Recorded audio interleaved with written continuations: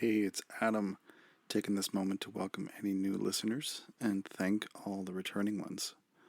There's a Patreon running right now to help raise funds and grow this project, and have a special tier for patrons that wish to receive quarterly gifts from me personally. Check out more info at patreon.com/ wabi-sabi podcast. This show is still rather new and a work in progress, and with any new project comes an occasional technical glitch. This is the case with today's interview. I had to rely on using less than ideal means to record a phone call, so the quality of the interview may be challenging to understand at times. On the flip side, I had a deep and illuminating first time conversation with a tea friend named Brandon Sadler, aka Rising Red Lotus. He's an accomplished artist based in Atlanta, and this weekend launched the Jade Forest Tea Room as an adjunct art space to offer immersive cultural experiences for the local community down there. We discussed our current views of the expansive tea culture scene, origin stories, and the necessity of intoxicant-free spaces.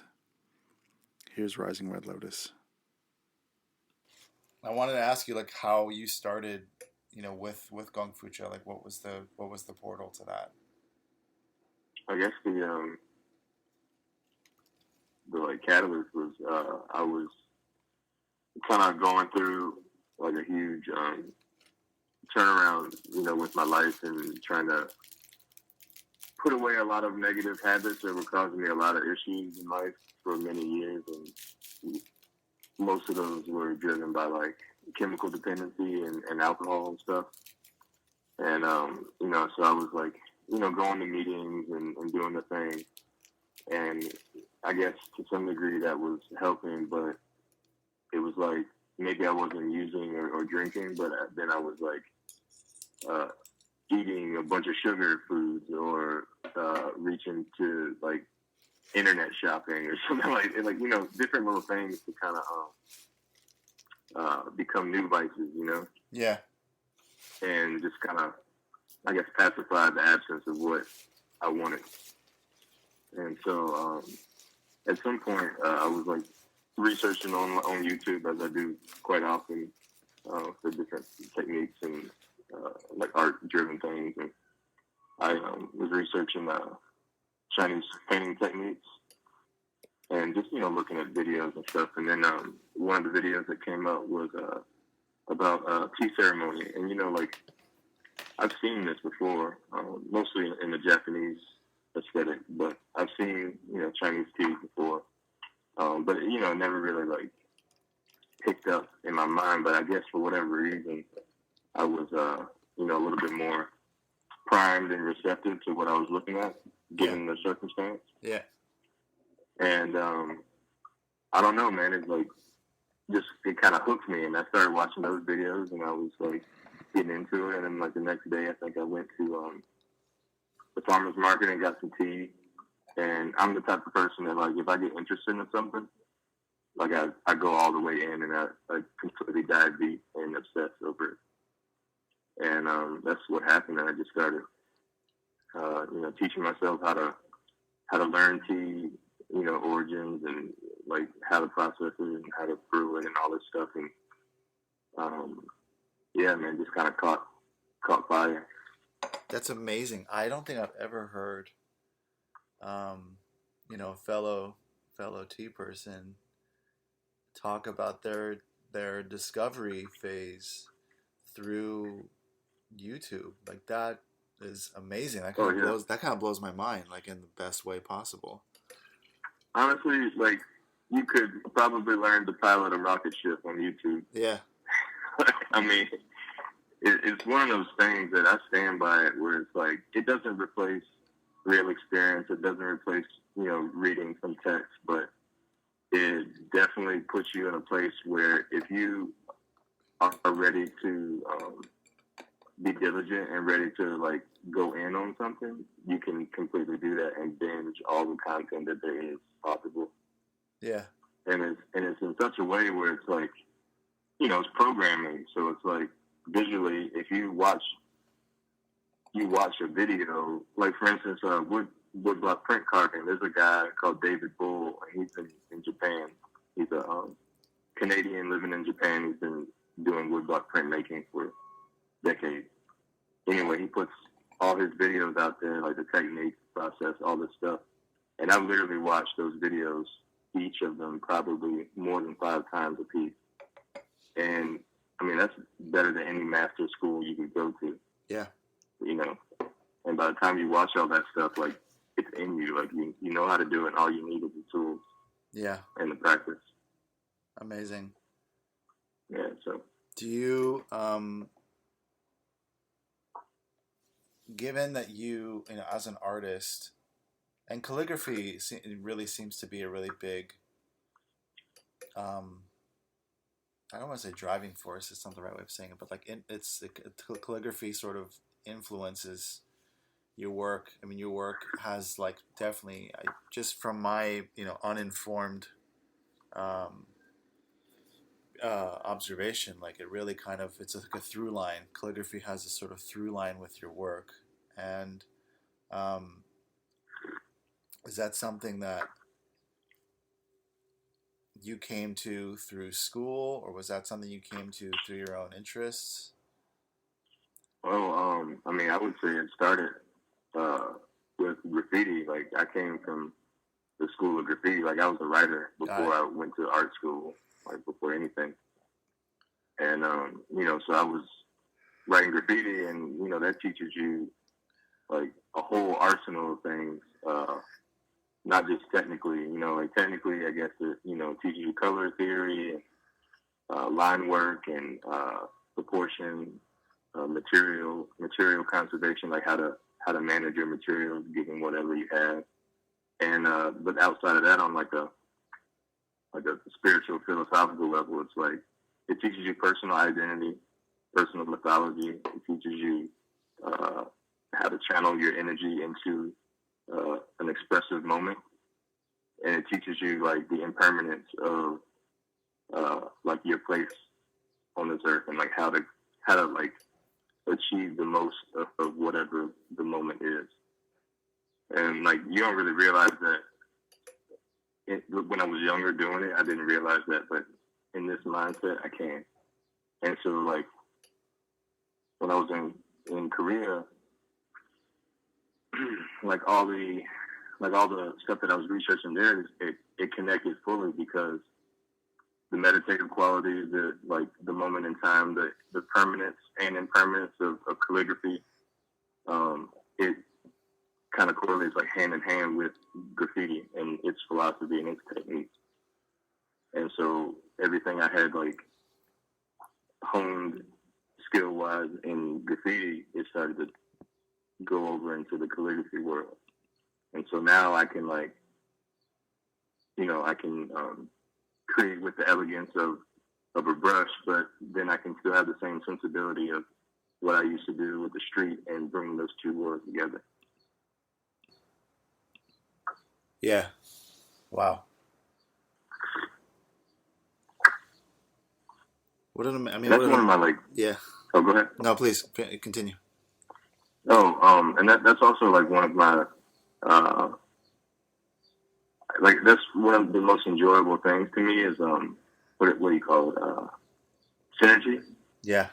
Where you think that arbitrarily you're kind of I like this and I'm interested in that and this is what I'm going to do now. But when you get to an age, or maybe when you just take a moment to kind of step back and look at it, like all the things that you participated in life, they begin to weave like a web and kind of stack upon each other, and they all inform each other, and they work together. Right. There's a kind of a concert of all the interests and expressions that act like, or at least maybe may emulate kind of celestial bodies or something, and there's a kind of symphonic I don't know, some kind of movement or orchestration going on where all these things, as you say, like kind of come, like they weave together or they kind of feed one another. Yeah, I believe that. Yeah. I believe that. So, and that's kind of where I am now, where it's like, as an artist or as a maker, I my graffiti background informs my calligraphy. My calligraphy informs my drawing. The drawing informs the calligraphy, and the drawing informs the painting. Then you have tea in the background of all that, and that's informing what I do with wood. The woodworking is like, allow me to create, like I build all this furniture, like it allows me to create the space for the tea. And then now I'm doing ceramics, and that allows me to have vessels for the tea or whatever. And like nothing is out of place, and nothing Right. is, outside somewhere. Like it all fits together. Right. Like one of those, I don't know what the terminology is, but one of those, the Japanese puzzle boxes. Mm-hmm. I don't know what the traditional name is, but I don't either. yeah. There's a guy on Instagram that makes those things, and they're crazy. Yeah. Amazing. Yeah, so I don't know. That's just I've slowly began to kind of just appreciate what tea like brings to life, and I didn't really realize it when I first started, and it's slowly starting to reveal itself. I wouldn't even say slowly. I think it's kind of happening pretty quick. Yeah, it's interesting to hear different tea people's stories of how they basically take tea on in their lives, how it not dictates, but just how it how it moves through them, through different expressions. If it's a lifestyle or if it's like craft focused. I know a few tea people who sort of reinforce their tea practice with their Buddhist practice. Mm-hmm. And I'd say for me, I mean, I'm not a Buddhist. For me, it's a lot more, I guess, more lifestyle and just related to the ways that I've expressed myself throughout my life. Whether it's, I had a music background and was like touring and recording as a bass player and percussionist, and so I figured, I mean, the way I look back at it now, it's like the music influenced the tea, and I came to tea at this unique kind of moment. I was like 25. I'm 35 now, and it was at a tea house, and I was like, as a percussionist, I was in San Francisco going to play or perform at this tea house, which I'd never been to. So it was the portal and the gateway and the kind of mecca at the same time. It became this place I would come back to anytime I was in town, from LA. And after like 8 months of, obsessing over this place and the experience of being there and how it was, that place, it was a tea house called Om Shanti. And what was it called? It was called Om Shanti. This is in LA? It was in San Francisco. Oh, San Francisco. Yeah. Okay. And I was still based out of LA, and so I just I would, just come up to SF and perform and, do the whole sort of festival circuit, things like that. Mm-hmm. And that tea house was the first, it was like the first introduction to, Gung Fu style tea drinking from people who, from a really diverse an eclectic group of people. It was like the most quintessential, like San Francisco type of experience, where it's like this amazing, amazingly diverse group of amazing humans who are interacting with each other over this foundation of this style of tea drinking. So it was like my cumulative experiences of being there and befriending, the owner and proprietor, and almost in a way apprenticing with him, um, made me start to pour tea as an homage to my experiences there here in LA. Like that was like 9 years ago. So far the journey's been like 10 years, and Oh wow! in a So way, you've like, been yeah. practicing for 10 years, and do you brew by yourself, or are you making tea for other people? Or? It's both. I mean, I do a lot, when I'm at home, and right now, I mean, I'm just assuming that if you're in the Jade Forest space, I'm assuming you're drinking Mhm. tea. I'm drinking actually an Ilau raw pour from Yunnan Sourcing. Actually, it's called Year of the Snake. It's like a 2013 Wild Oh, is Arbor. that where the snake kind of goes? Is it a red label? Yeah, it has the red 2013, but then the snake is black. Um, but it just goes around in a circle, and Yeah, I think I tried a sample of that. It's pretty yeah, good. yeah, it's fucking amazing. I love this. I've been, It's I've probably different for you over there. It's like warmer, I'm sure. yeah, and LA stays really warm year round. So my relationship to I'd say predominantly I drink pu'er, both raw and ripe, and Hmm. yeah, I'm noticing that. Those are the two types of tea that you typically drink. I'd say more than most. I am loving a lot of oolongs. Whenever Hmm. I get the chance to imbibe and to try and experiment with oolongs, like yanchas and um, dankongs and Taiwanese oolongs. Um, Green tea, most green teas are still like a faraway land to me. I'm really humbled with my. I don't have an aversion to green tea, but I just don't. Um, I'm not seeking out a lot of green tea, so Hmm. I'm the beauty of like even 10 years of drinking pu'ers and some oolongs. I still have plenty of life to to explore, like more Right. greens and reds and white teas and things like that. Well, that's the thing. It's like you'll go. Well, I go on these websites to talk to these people online or whatever, and then I end up buying like all these different teas, and then for an extended period of time, like I probably drink between 1 and 3 of the same tea for like a good month. Yeah, And then I have like all these teas like stacked up that I haven't even really tried. yeah, exactly. I just have to make time for it, I guess. You just have to make and they sit there, and they ideally with the right you know conditions, they'll just be ready for you when you're ready. Yeah. That's such an interesting experience of. What am I drinking right now? I'm drinking uh, golden water turtle. It's pretty good. Is that a It's Yunnan an source? oolong. Who's that from?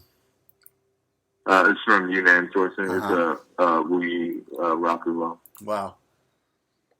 I just got a couple of Wu rock teas from White 2 Tea. Mm. You familiar with him? By name, I haven't gotten anything from them yet. Yeah. Yeah. I'm like really riding a lot of his teas right now. I'll try and send you some stuff. It's really amazing pu'ers.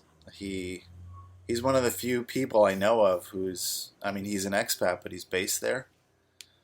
Mm-hmm. And there's an interesting alchemy with while still being a gringo, but being based Yeah. but being based there, and having having a certain kind of an influence and perspective on what's being created there while spending all that time there. It's really interesting. Is he in Yunnan working with the farmers directly? Yeah. I think he's actually this year moving, or has moved, or is moving to like the Menghai area. He was based in, I think it's pronounced Guangzhou, I think he was based in Southeast China and has now like really focused more like in actual, I guess, in Yunnan area, and has um, his relationships with farmers or manufacturers, brokers, that kind of thing.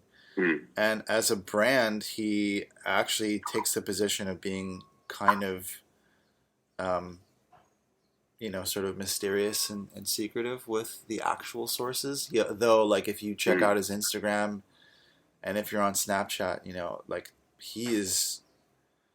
It almost seems like half the year he's just fucking hanging out like in the forest right there, and it's like it's such an interesting. It's so interesting to see, that kind of firsthand experience that someone is having like right there in the thick of it, and yet there's also as a brand and the way he markets his brand, he's a certain degree of secretive, not proprietary, but just kind of secretive with his sources. And there's a kind to me there's a kind of like, I don't know, like a mystical almost like a mystical component to that, where like I kind of think he's like the dead mouse of the tea world. He's also like a faceless brand, and right. he kind of, if he's in public or he's being recorded or photographed or something, he's like wearing a mask, or you only see like the back of his hoodie or something. I think that's really interesting. Are you familiar with MF Doom? With what? With MF Doom? Yeah. MF Doom? Yeah. Yeah, he's like MF Doom. He's like MF. Yeah. He's like MF Doom or Dead. He's like Dead Mouse and MF Doom wrapped into one in the T world. Yeah. That's funny. Well, I guess, I don't know. It's like on one hand, people like Yunnan Sourcing or I don't know. That's probably like my go-to. But I think to some degree they know people are reselling. Like that's the point. Yeah. And so it's like, how transparent are you with your consumer base? Are you like, are you making up stories saying I'm going to these farms? Or are you keeping it to yourself and just, reselling and not saying where you get it from? Yeah. And I guess you just got to make that decision. I know for myself, eventually I'll probably resell within this space on a small degree. But I want to know more about the technical side of the tea, just so I can, give people more information. So more about processing and growing conditions, like terroir. Yeah, I'm learning that. Like I guess just sometimes when I watch these videos, especially like Scott, like he knows a ton. He's been doing it for years, and he goes out there, and so he knows a ton of information. And sometimes I guess it seems like it could be really daunting. But I think it all just comes with time and where you're at. And like right now, I guess personally, I'm learning more so on the brewing techniques, and I know information about this tea or that, but I don't think some of the terminology I don't think that I possess, and I don't know if I ever really want to, because sometimes it kind of takes away from the experience. I think when you dropping all these different facts and stuff, Yeah. To a degree. To a degree. You know something. Yeah, I definitely relate to that. That makes me think about. I had a short stint, and as a musician, I had a short stint in music school, but I was mostly an autodidact. Guitarist, percussionist, all that kind of stuff. Mm-hmm. But it was my 9 months in music school where I was like, when there's too much science and technique that takes over the sort of soul of the thing, then I'm not interested. Mm-hmm. I even to a degree, and I don't really bring this up so much like in conversation with tea friends, but I feel like there's a certain, in a way, I like how tea can what's the word here? there's a really interesting spectrum that I experience of tea people in particular, where there's some of us are like more, there's like literally, I mean, I hate to put it into categories, but there's kind of like type A and type B, where type A, like a type A individual, it may, he or she, they may be more focused on the size of the gaiwan or tea vessel, and to the milliliter, the type, the exact temperature of water. You're measuring, you're weighing, the tea to the gram, and using a timer and all these things. And oh yeah, and there's this part of me that is always like, I can't. Yes, and there's a way where I feel like I am a perfectionist, in certain aspects of my life, and that's mostly just from my own personal cosmology. But when it comes to tea, it's like that's the last thing I want to do is use a scale and a timer, and I want to feel as much as I can. It's such a time bending experience for me, right. subjectively, and you know.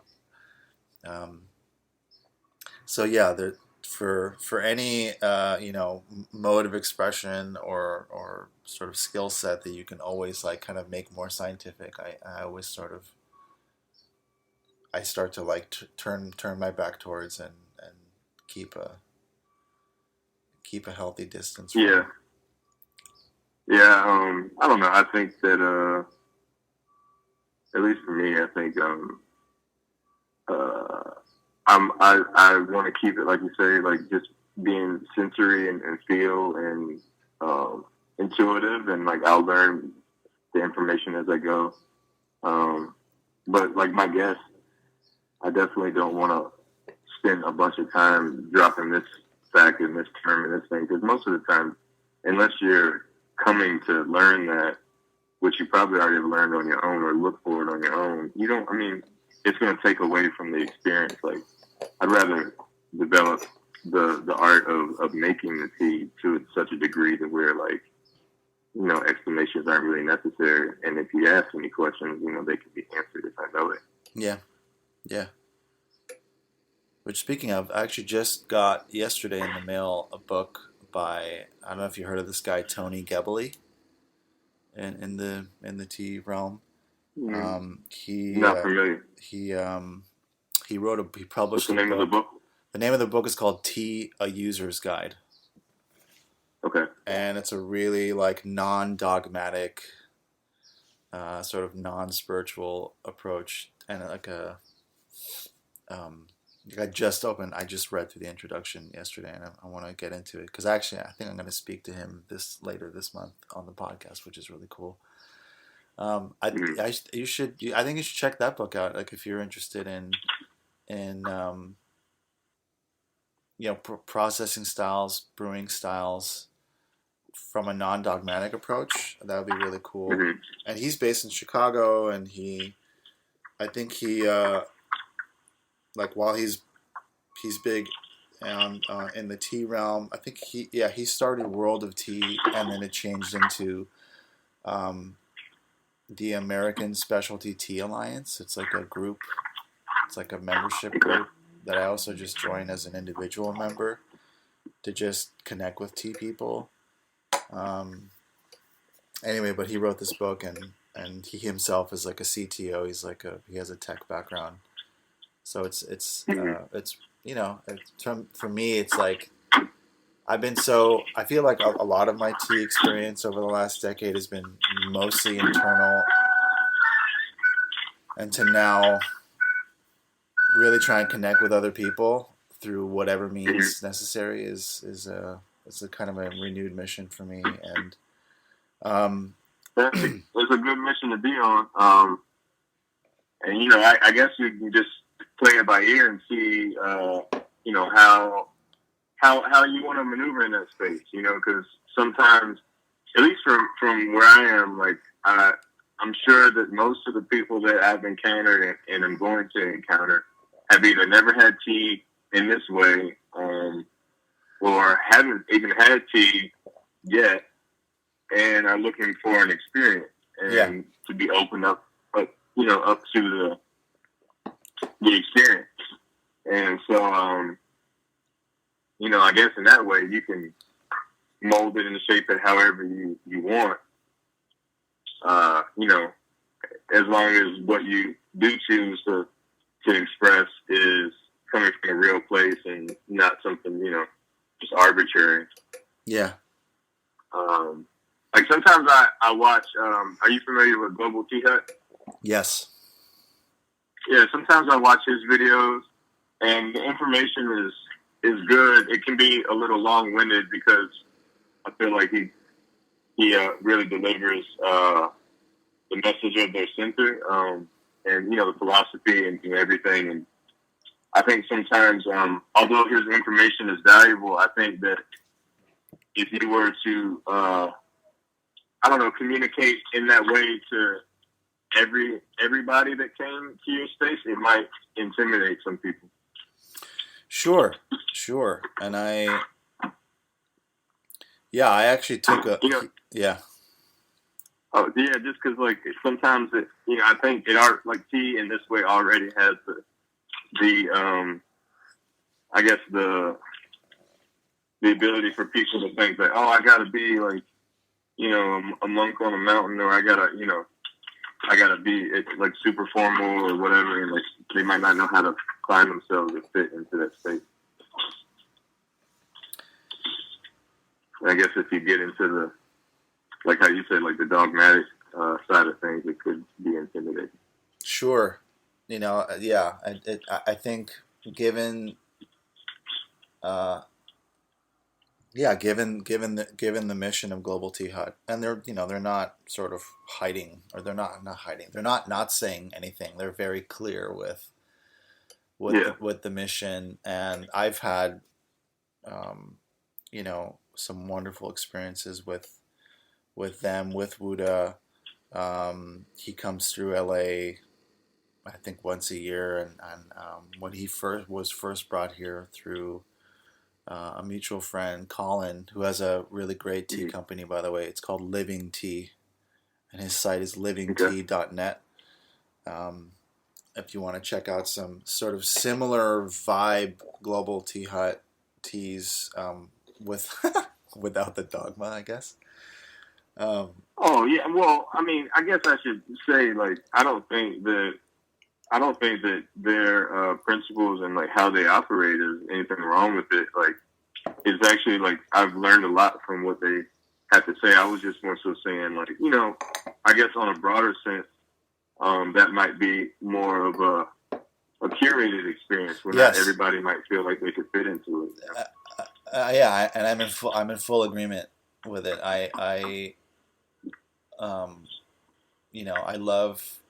love what they're doing. I love what they put out. I cherish my experiences that I've had I haven't been to the center in Taiwan, but I've done workshops here with Wuda. I'm in touch with like the growing community of like Global Tea Hut oriented tea people that are here in LA, and where the sort of like the ethos is the same, the expression is the same, like to a T. It's I'm noticing how, and I'm not saying any of this in any kind of in any sort of criticizing way. I'm just like noticing, as someone who's been more internal with it, and being more, I guess in a way I've been more of like, as you mentioned a few minutes ago, like more like an ambassador. Like most people that I introduce it to have no context, have never had any kind of that kind of an immersive experience, and yet, with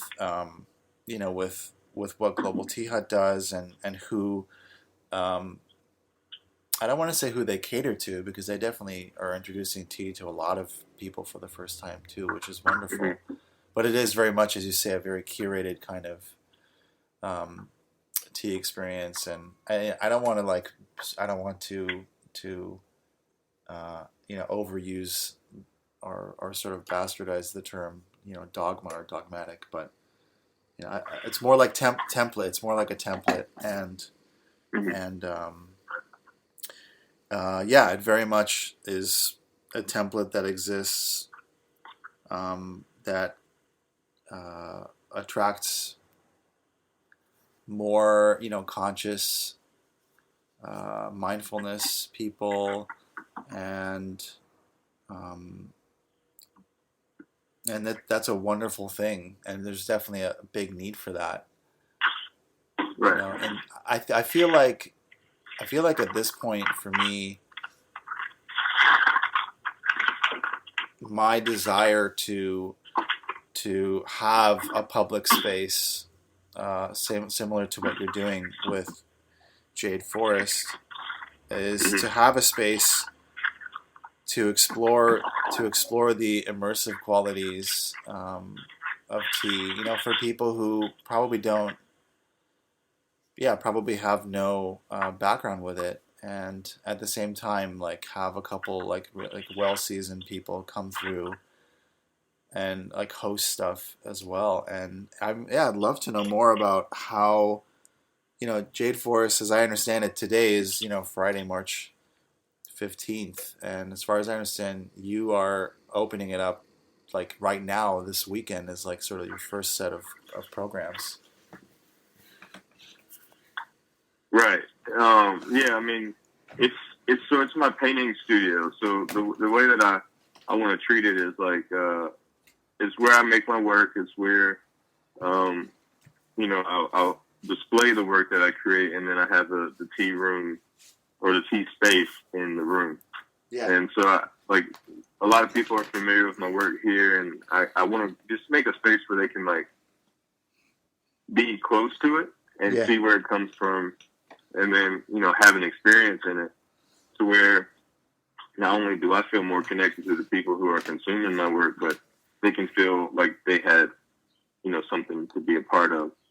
And at the same time, I'll continue like the practice of tea, and hopefully open up some other people to it, and continue to develop my own self in it.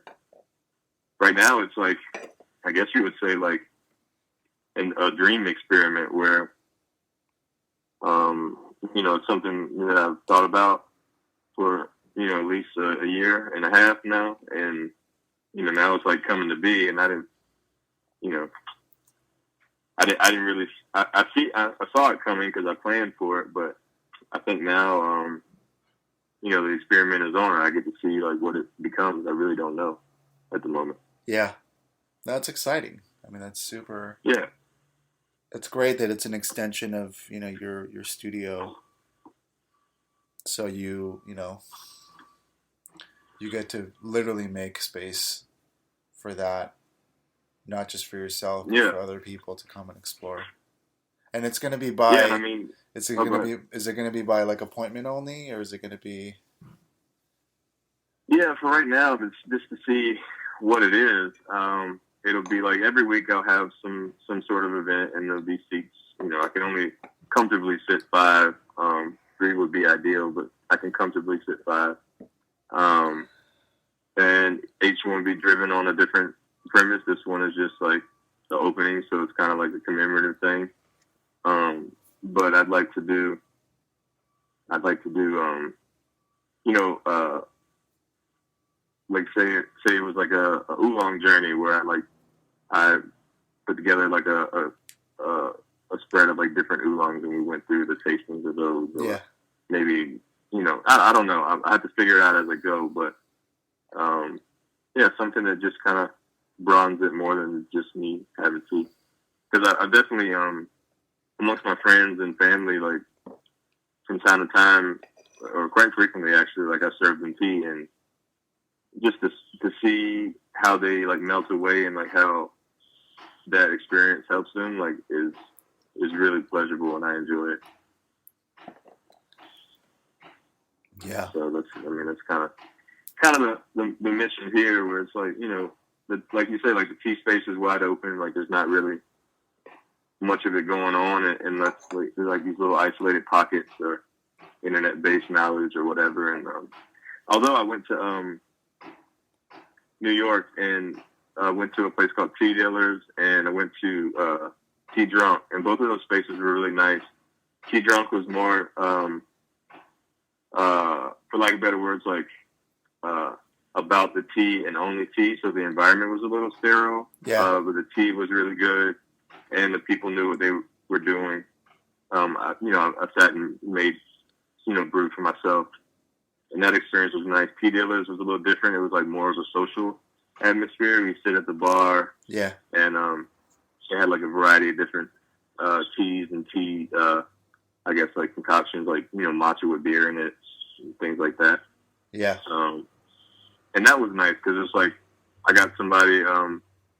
It's not necessarily a gong fu job, but they're brewing, in a small pot or whatever, and like you're drinking small amounts. So it's like taking shots, and you're sitting at the bar talking to somebody to your right or your left, just having tea. And I like spaces like that where it creates maybe it's not like super ceremonial or formal, but it creates a healthy social environment with tea, and I just enjoy that.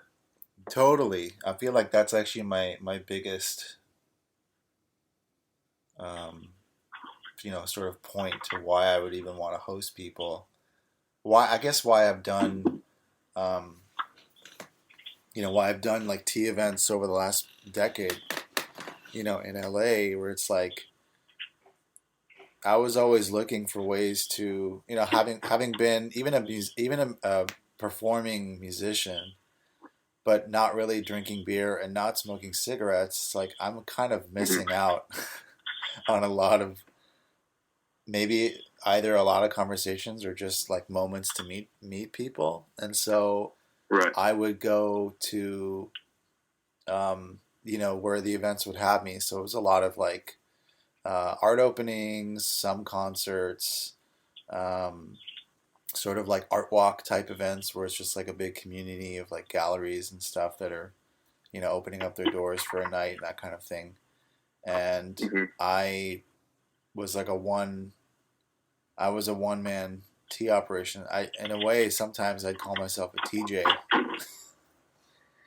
And you called yourself a TJ? A TJ. And I would just have, I would just have like one table with like, I don't know, maybe 5 or 8 cushions, always set up, find like the corner, find like the spine of the room, set up, and pour, a pu'er, an oolong, and maybe one herbal tea. And basically create the social atmosphere that I always looked for at events. And my sort of implied intention with my space, which I think I'm going to call it Portal, actually. That's sort of that's the pop-up name for now. Call it what now? Portal. Portal? Okay. Yeah. I like that. Thank you. It's just to kind of maintain what I understand to be like a historical through line, which is like the tea house predated the bar, the pub, the coffee shop, or like something like a tea house. Not that I would necessarily set up my space to be a traditional tea house, because I'm going to focus it more on like, retail and gallery type experience, like an immersive experience, as you pointed out with your space. To invite just a number of people in to have the experience for whatever certain allotted amount of time, and do it in that kind of way. But yeah, I feel like it's so important, either like from my own personal experience of not really gravitating towards intoxicants, but also for people who are like looking for, an intoxicant-free, social experience. Like, that's a huge thing. But yeah, I mean, I think people are really craving that, both like directly and subconsciously. And I think like the power of tea is that, one, it's going to by its very nature do what it does. Like it has it in it within it. It has the social, it has the spiritual, it has the intellectual, it has the meditative. Like all of that is in it. And so, like whether you say I'm gonna make this a social atmosphere, eventually it's going to hit somebody spiritually. It's going to drive somebody's brain to have a deeper thought. It's going to do what it's made to do. And so I guess like the one thing that like I really value about say like Global Tea Hut is where it's like the tea is the teacher or that kind of thing where the tea is going to it's going to bring you to wherever you need to be. Yeah, the tea as a vehicle for sure. Yeah, so I really appreciate that, and I think like I think for sure like making an environment where people feel like they can have an experience that's fun and lively and social, and they can also have on another day have an experience where it's like deep and intellectual, or another experience where it's quiet, meditative, and introspective, and maybe you don't even talk to the people next to you. Yep. Verbally. Yep. Yeah. That's probably the other things I'll offer. Like I'll do. I want to find another word for it, but right now it's like guided meditation. So what am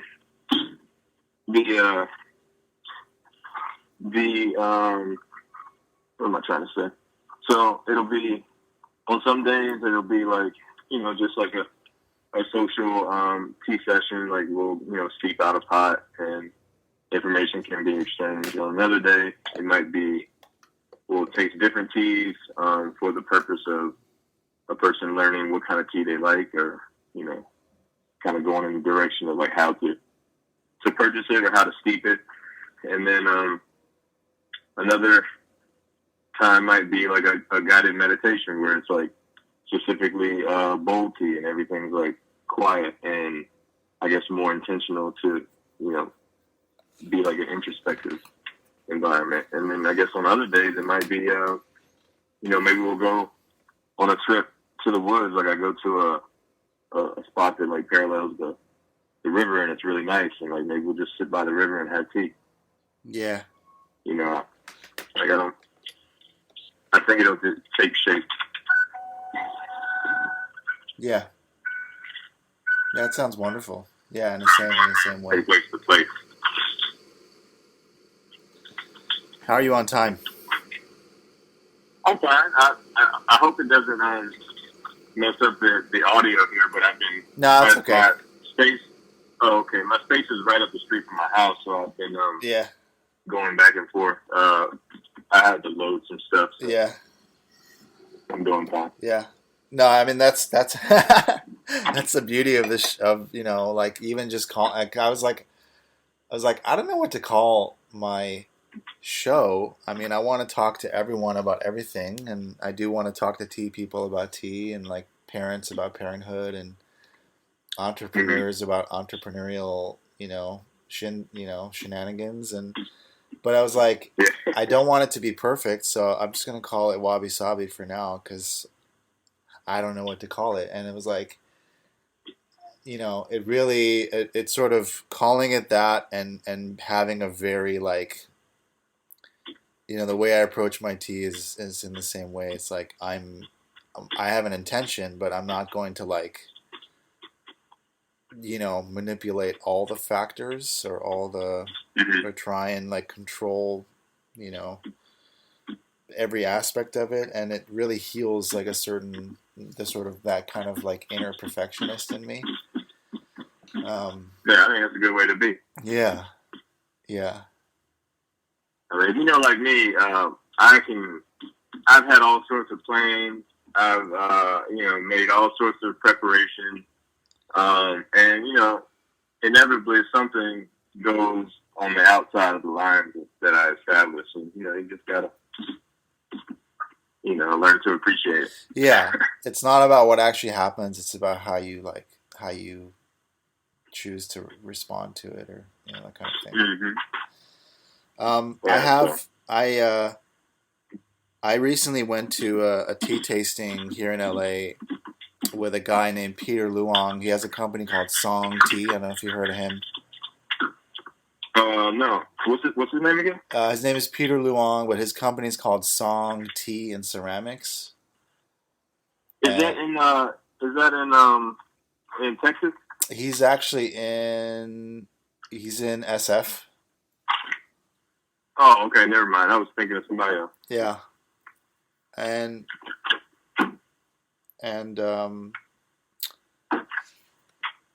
he was, I think he himself, actually don't know specifically his origin. I think he may be Taiwan. I think he may be Taiwanese. I should actually ask him.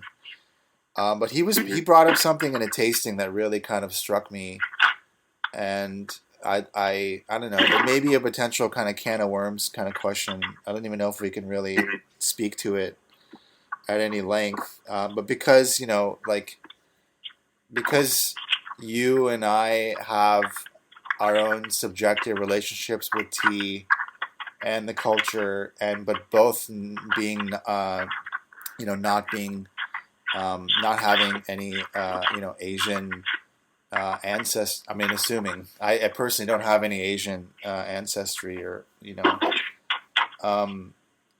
he spoke to his experiences of running a tea business, in the U.S. and he was talking about, and his sort of like bold statement was like, he's like, I feel like I'm doing this in a way to kind of speak to the sort of rise, like basically the orientalization of all things, especially tea. And the way he put it was, he was saying, like, if someone is coming into a shop and is having a tea experience, then that person may suddenly feel like there's a certain etiquette or certain culture that they need to adhere to, that will have, like, hands at the heart center or saying namaste or all these things. And his response is like, I'm not putting that out there. I just want to serve. I want to brew tea and serve it in this certain format, and I'm not calling that in. And so the way he brought it up was like, I'm just noticing the, like the orientalization of so many things, especially tea. He's like, when it seems like what he was doing in that moment was doing a tea tasting in like a coffee shop here in LA. So, and it made me get kind of self-reflective about it. And I don't know, I just thought about bringing it up in this conversation. Like, what do you think? How would you respond, but like, what are some of your thoughts regarding the orientalization of tea, or I don't know, or of other expressions or other experiences? Okay. Well, let me think how to say it. Okay. Well, I think the fact that cultures travel and get picked up or interpreted is not anything new. For instance, Black culture permeates the fabric of the world, be it through music, fashion, through language, things of that nature. The same with Western culture. Western culture has been pumped into the veins of the entire planet.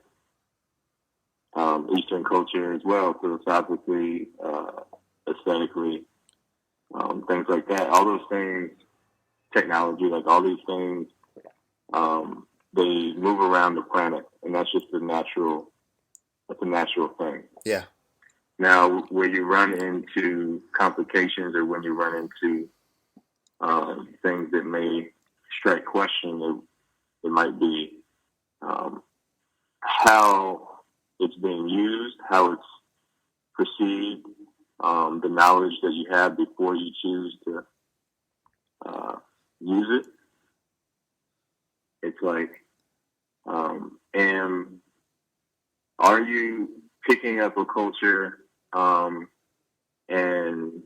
bastardizing it and making it into something that it was never intended to? Are you doing something disrespectful? Do you have information of the origin of it, or at least some element of where it came from? Are you paying homage to that?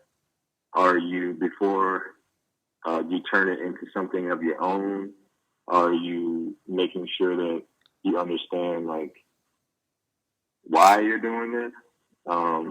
And all those things don't need to be covered, but I think the main issue would be like, in your pursuit of another culture, are you being respectful of where it came from? Are you aware of that? When you communicate to the world, are you relabeling it as something that you created? Or are you like giving credit where it comes from? Yeah. Now, I guess in terms of like the Orientalization, where it's like, do I need to be a Zen monk? Do I need to wear specific clothes? You know, I think that for the average, well, not the average because I don't know that, but for a person of the mindset that I think for you to have the mindset that it's okay to be interested in other cultures and it's okay to find yourself within it, I think if you have that mindset, you don't feel like you need to be that culture fully in order to participate or in order to find yourself in it. But if you're not readily open to receiving other cultures, learning about other cultures, experiencing them, you might think that in order for you to participate, you have to be the archetype and oftentimes the stereotype of where it came from. Yeah. So I guess it's just like, who's participating? What's their mindset already? And what's their education level in terms of like dealing with other people and where they come from? Because like for my own thing, I'm a black man. I come from two different sides of the fence where it's like my mom's black, my dad's white. So I know how to exist. Well, for one thing, I can only be a black man. Like I can't be a white man tomorrow. You know what I mean? Even though I have that blood in me. So I guess like I come from a life of being many things and being open to different experiences, sharing those experiences and finding myself in them. And I guess you just have to find, or people have to find their way. And all you can do is like be authentic. If you're the person like creating the space, all you can do is be authentic to, you know, your intentions and make sure that those have integrity as much as you hold for yourself. And the other people, like they gotta find their way. Because I don't want, when people come into my space, although like in my artwork aesthetically on the surface, it may read, this is all Asian everything. But I by no means am trying to be Asian. I don't think that you have to be in order to do these things. But I know I've researched the things that I'm involved in. I've made them my own. And yeah, I think it's a beautiful thing when you can like, you know, mix cultures and make sure that the voice is there for whatever cultures you mix, you know, and make sure that nobody's being destroyed in the process. Yeah. Yeah. I mean, thank you for saying all that. I feel like that was really beautifully said. It's funny. I think I used to be self-conscious early on in my tea journey, where I was like, you know, is there a fine line between appropriation and celebration? Mm-hmm. And I think the more time I've spent with it, and the more people I've come in contact with. I was like, no, I don't think that line. I don't think it's a hazy line at all. I think it's very clear, or it may be clear, at least for people who are sensitive and aware, when they can sniff out when someone is appropriating something, and when then Yeah, I and mean, then, yeah, yeah, I yeah, I think, and it might be hazy. I don't know. It might be. For all I know, it could be. Well, I think that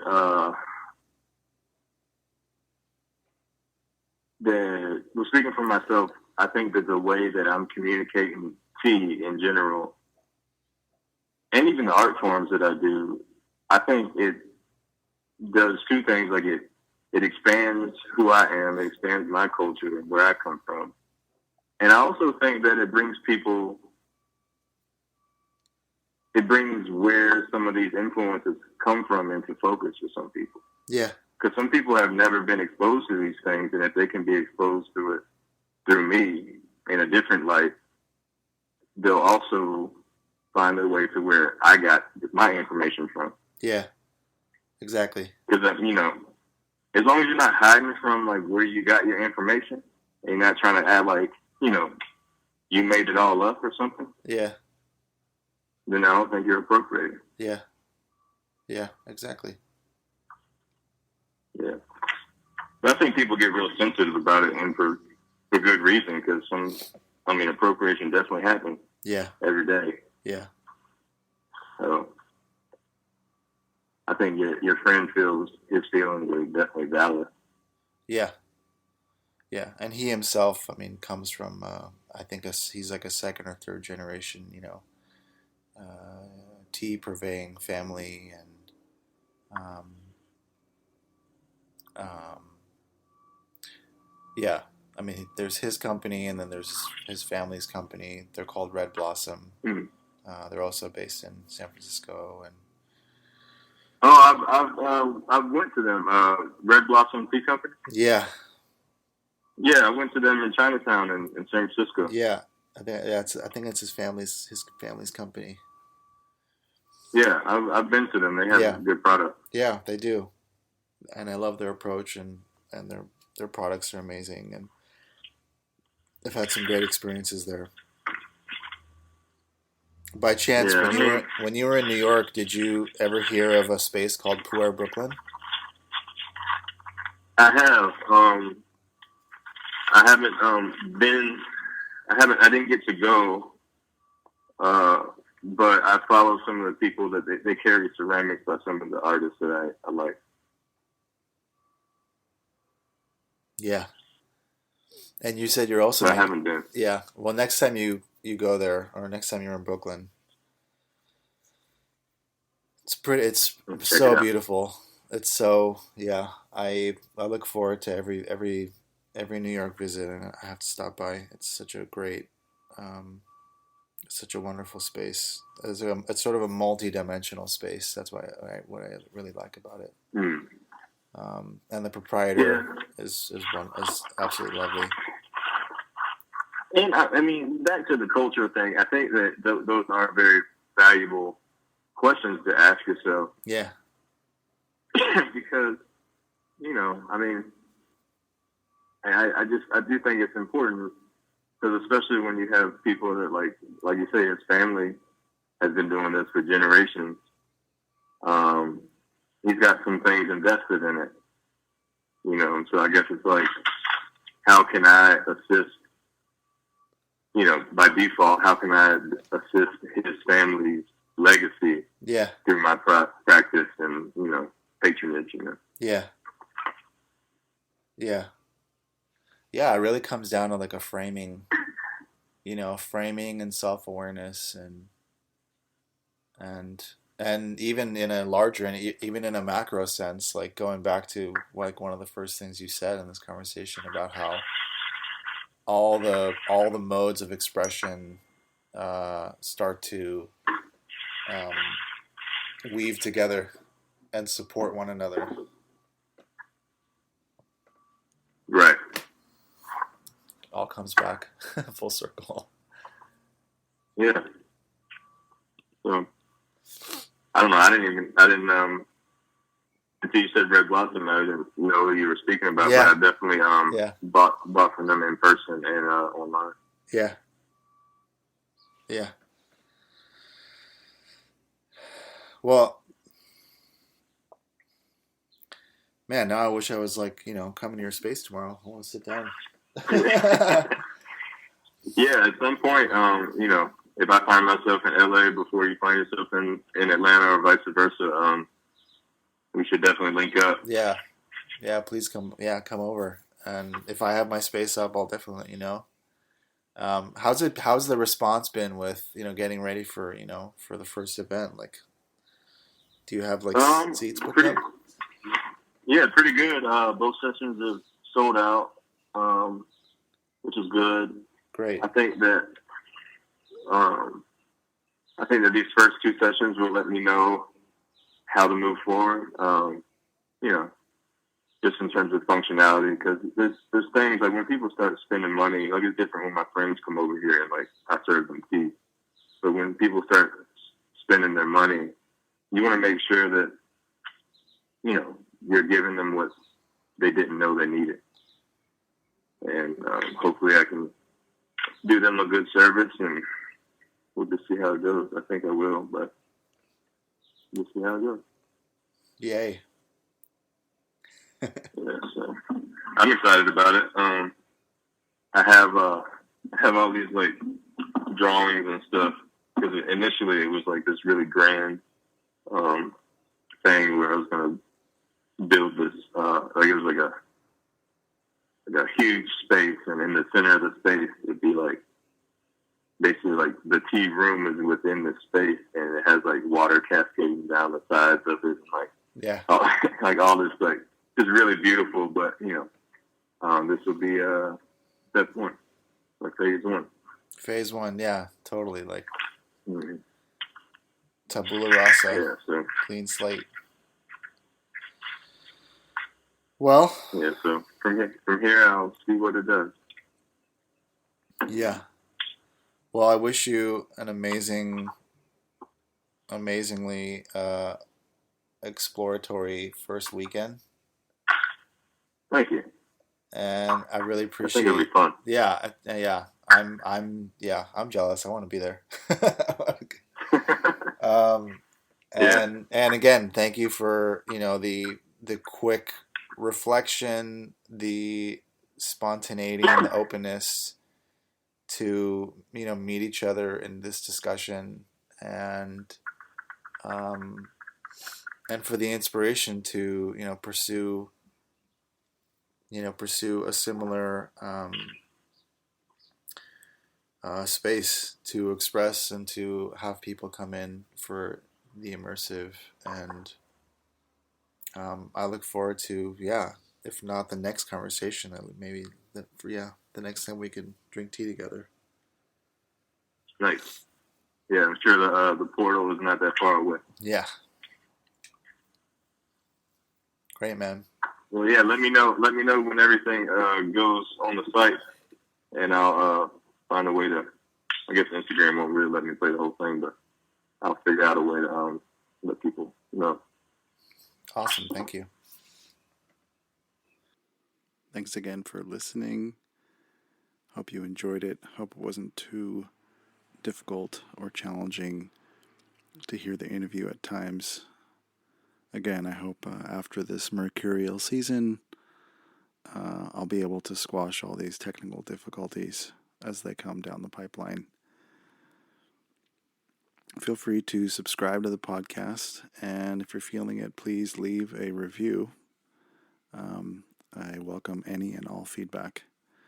And again, please check out the Patreon at patreon.com/wabi-sabi podcast. That's WABISABI PODCAST. Thanks.